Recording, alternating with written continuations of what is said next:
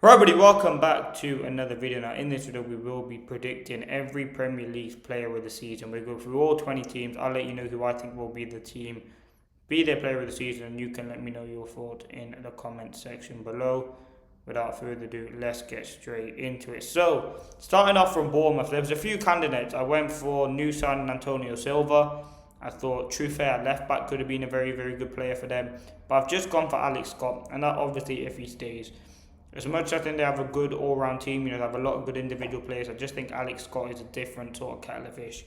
I think he's a ridiculously talented football player, very good on the ball, very good technically. I think he will be their player of the season. But again, Bournemouth, it'd be interesting to see how they do without Andoni Iraola, because he's been a very, very key sort of component of what they've trying to build, of what they have built over the last, 4 or 5 years, or the last couple of years since he's been at the club in particular. Anyway, for Arsenal, I've gone David Raya. I mean, again, many candidates: Rice, Gabriel, Saka, Saliba.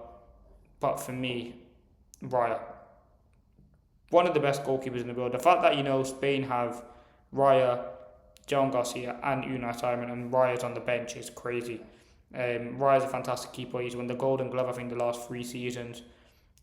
Big saves made time and time again.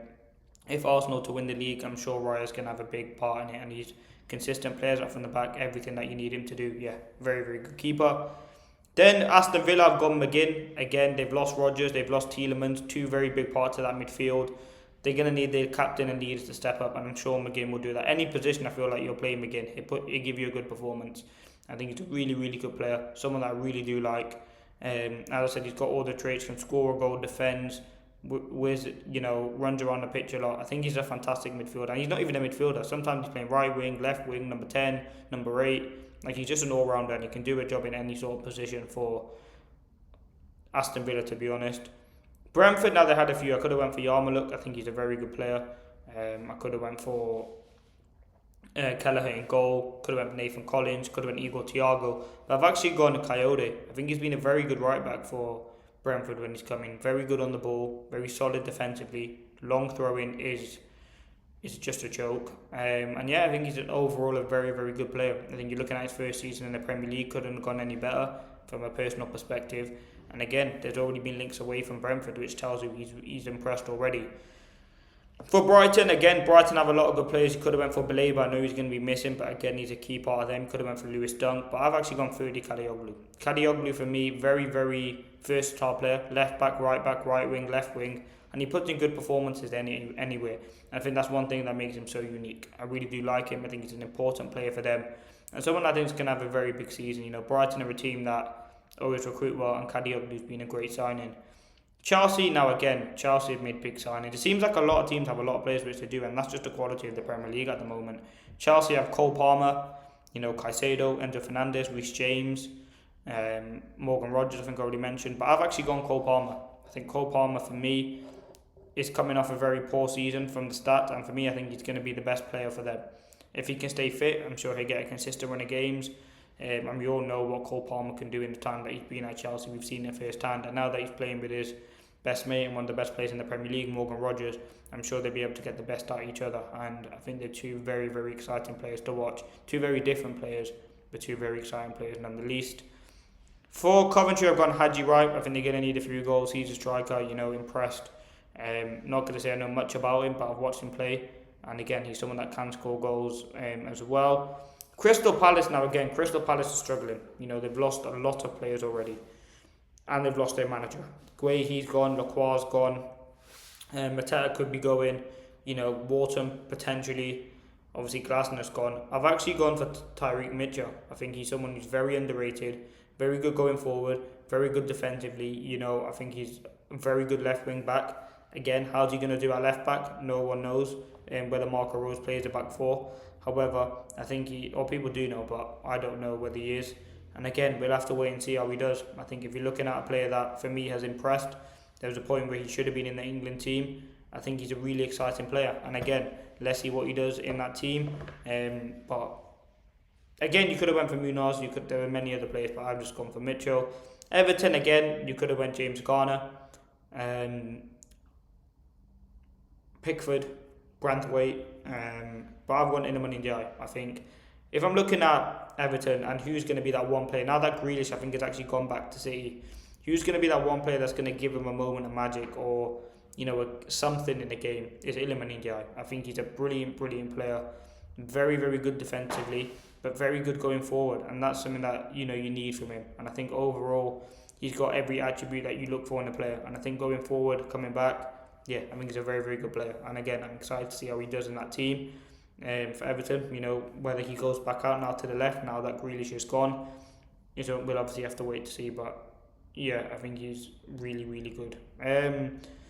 Then for Fulham, I've gone Garcia. I think Gonzalo Garcia, very good signing, very good striker, very good on the ball, good going forward, defensively sharp, can score goals as well. But his all-round game, I think, very good. Hull City, I've gone Ollie McBurney. Now again, the jury's still out on him. He's a decent striker. I don't really know Hull City that well, so I'm going to put him in. Ipswich, I've gone Philogene. Again, don't know Ipswich that well. Think he's a decent winger. Probably will chip in with a few goals. Leeds United, I've gone Harry Wilson. Now, I think Harry Wilson's very good business. To pick him up on a free agent from Premier League, you would say rivals. He got 17 goal contributions last season, was very, very good for Fulham.